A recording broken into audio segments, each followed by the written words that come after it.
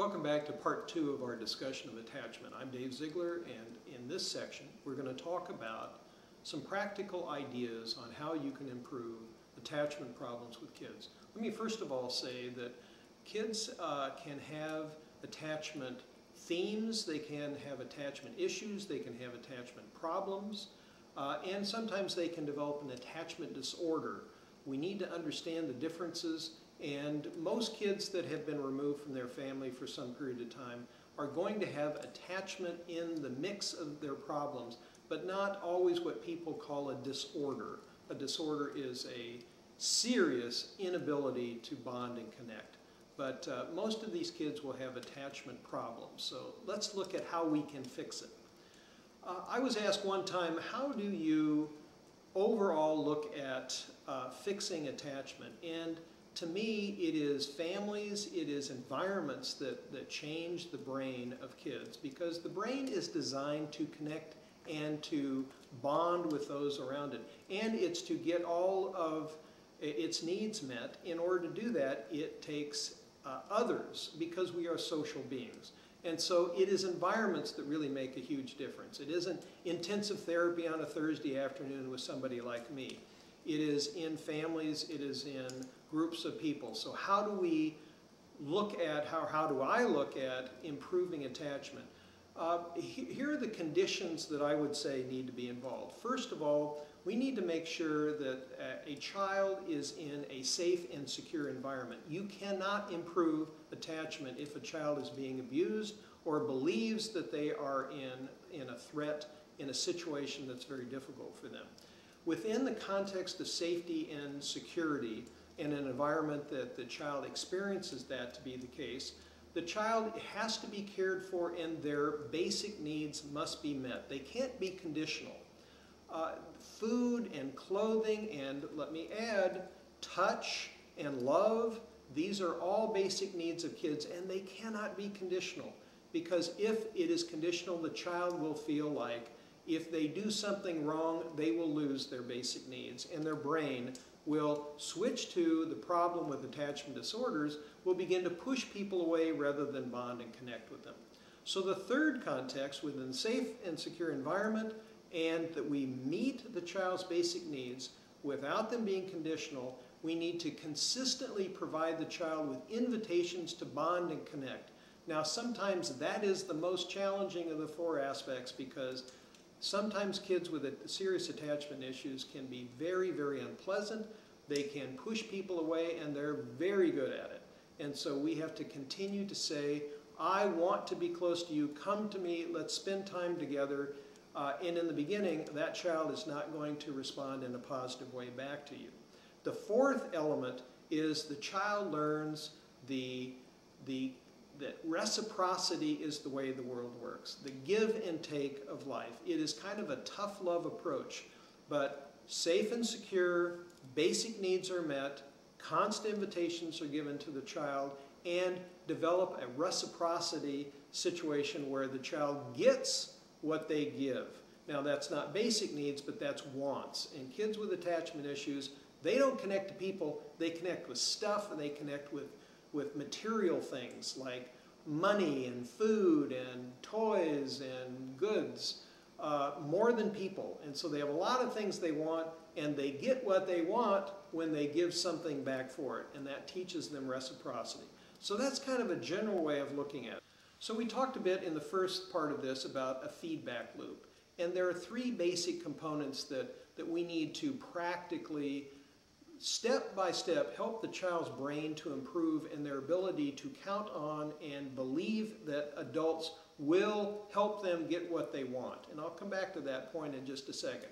The first thing is their needs are met. And when the brain experiences that basic needs are met, the brain says, yes, this is a place that we want to come back to. This is what we want. This will promote our survival. Number two is the environment will encourage connection based upon the fact that in that environment the child's needs are met. And the third part is social connection is required for the child's wants to be met, not just needs, but their wants. So they find out that they will get more when they connect rather than when they push people away. Here is an amazingly positive element that we have now learned through brain research, and that is the brain is not only designed for survival, it's designed for thriving. And so if the brain sees that connecting or not connecting is going to give them more of what they need in the long run, that's what they'll do. That's why we have attachment problems. In the beginning, it's adaptive and it's healthy, but in the long run, it's not if they're pushing people away that can help them. So what we need to do is give that child's brain the message that if you begin to connect with me and other adults that want to help you and support you, your life will be better. When the brain experiences that, the brain begins to have an argument inside and says, let's bond and connect with others. All right, so what is the focus of attachment therapy? It is to treat the whole child. It is, and when I say therapy, by the way, again, it's not just what psychiatrists and psychologists do in their office. It is what happens in classrooms, it's what happens in families. All of these settings are where we treat attachment and improve attachment. So we want to treat the whole child. We want to treat their personality, we want to work with their behaviors, we want to work with problem areas, we want to work with their spirit. All aspects of the child have to go into it, physical dimensions and others. We want to have any time that we run into attachment problems, because of even the definition of attachment disorder, that there has been pathological care, what we're running into is an individual that has had some kind of traumatic experience bonding and connecting with adults. It will be important to treat that trauma that has happened to the child, and that's too complex for this particular session, but we will be going into that. So if a child has been traumatized, we need to address that, and help with attachment will help with trauma and the other way around. So a question that's often asked is, well, what do you treat first? You've got a child with multiple problems.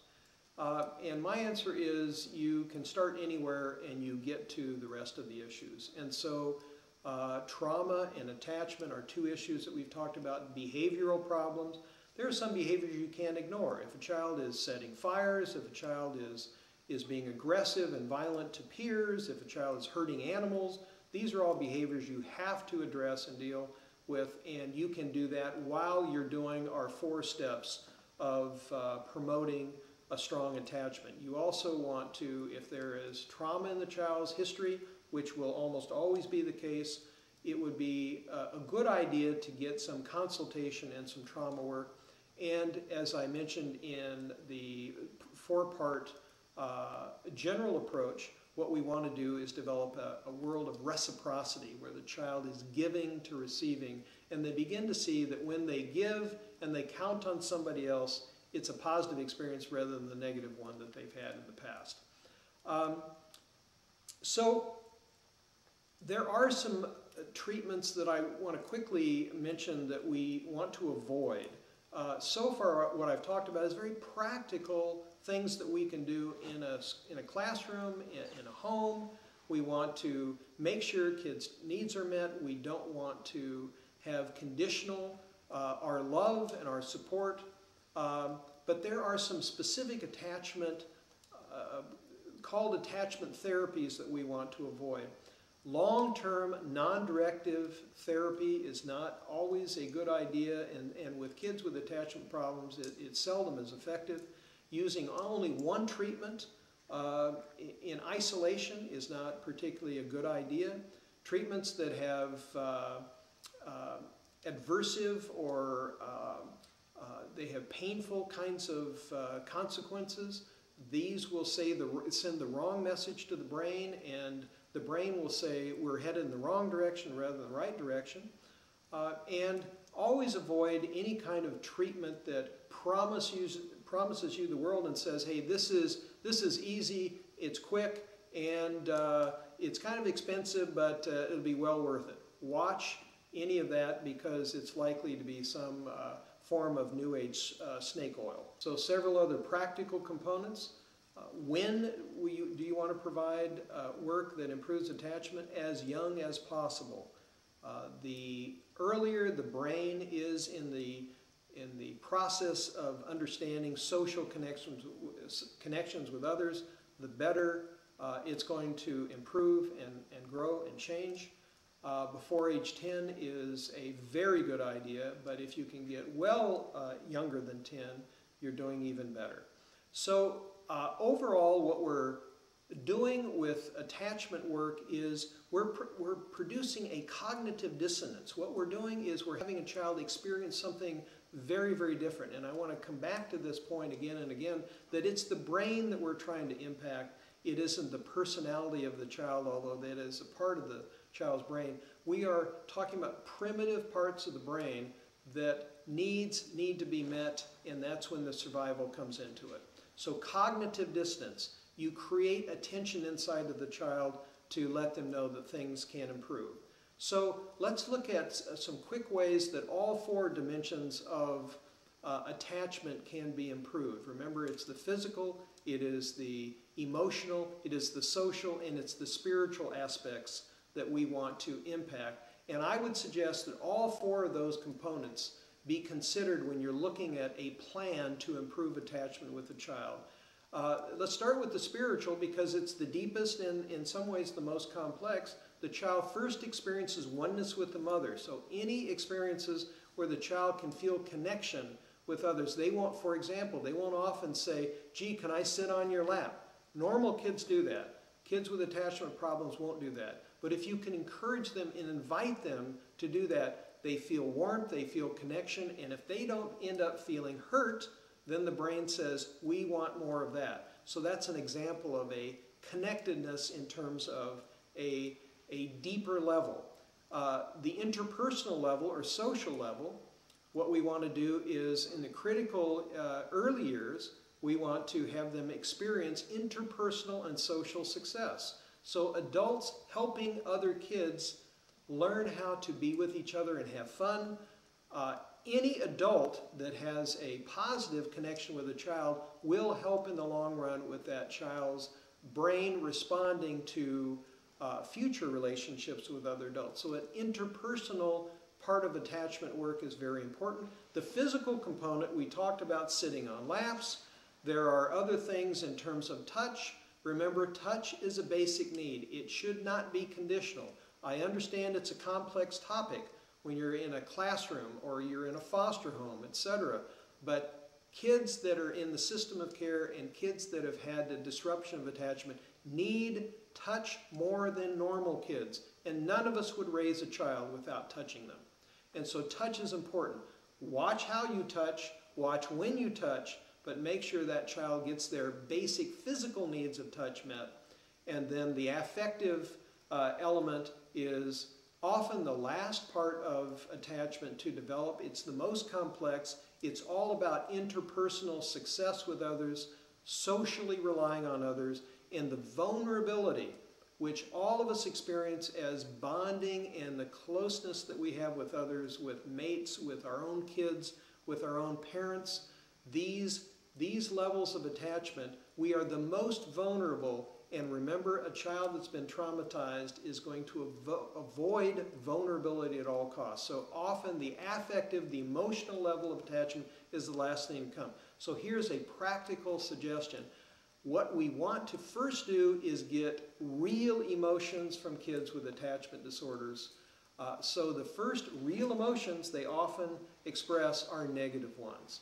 And as a psychologist, often I'm telling parents, listen, this child is now really angry with you and they're saying, I hate you, I don't want to be around you.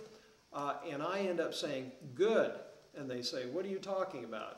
And what I mean by that is a real feeling is what we want to promote with the child. It'll start with a negative kind of tone and then it'll improve from there. So many people say, well, what kind of attachment problems are out there? And there are all sorts of categories and lists, but I break it down to three. That there has been disrupted attachment, there has been anxious attachment, and there has been no attachment. Now that last category is the most rare, and those are the most of the kids that I work with are in that category, but sometimes kids just have really shaky attachment, and that comes from their background.